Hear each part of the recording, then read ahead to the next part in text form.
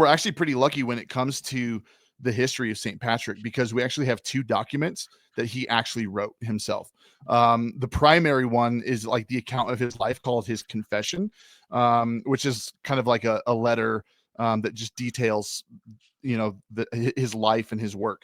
But he was born, St. Patrick was born sometime like in the late 4th century AD. His father was actually a clergyman, and like a city councilor. And so, believe it or not, and a lot of people are shocked to hear this, St. Patrick was not Irish. He was actually born on the British mainland. And so he's not an Irish dude. He grew up in the church. He grew up under Christian instruction. And right around the time he was probably like 14 or 15 years old, he kind of detailed this in his works, but he actually kind of rejected his faith and considered himself at that point, at a young age, to be an atheist, even not believing, even though he grew up in the church. He grew up in the instruction. He knew about the Lord. His parents, I'm sure, talked about the Lord, as a clergyman. But not long after this, when he was about 16 years old, he was actually kidnapped. So this is where Ireland comes into the story. He was kidnapped in the middle of the night by slave traders from Ireland. These guys came over and they raided the British mainland, and his parents were away, and so they found him sleeping. They took him and some others, and they took him back across to Ireland and sold him in a slave market.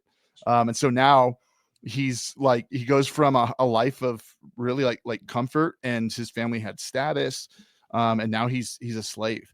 And he was actually purchased by a farmer, and he was put in charge of tending to the sheep. And so then, that tending to the sheep also meant sleeping with sheep. So in extreme cold and heat and the different elements, depending on the seasons, his master was a bully who beat him and abused him. He was like in the lowest position, all right, lower even than the livestock that he was tending to and caring for. And so he found himself just like depressed and lonely and hopeless. And here's where the cool part of the story starts to happen.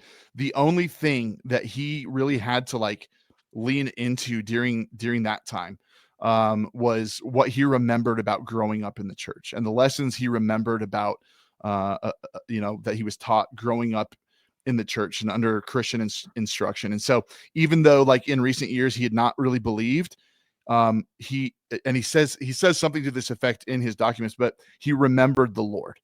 And I love that. I think there's something powerful about remembering the times God did something in our lives, the times God was faithful in our lives.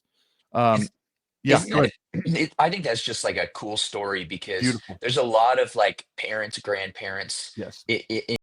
in church, and some of you listening are like that when you're like, I taught my kid well, like I took him to church, we went to Yep. Sunday school, we memorized scripture or whatever. I thought we did everything right. My Yep. kid has walked away. It's like, but you never know when that seed might start to grow. Yep. Like if you have planted the seeds, and God says in his word in Isaiah 55, like, no word will return void. Like Yep. every seed gets planted, it's going to come to fruition if it's the good seed. Yep. So I just love that. I just wanted to throw Yep. that in. So somebody needed that encouragement right now. Absolutely.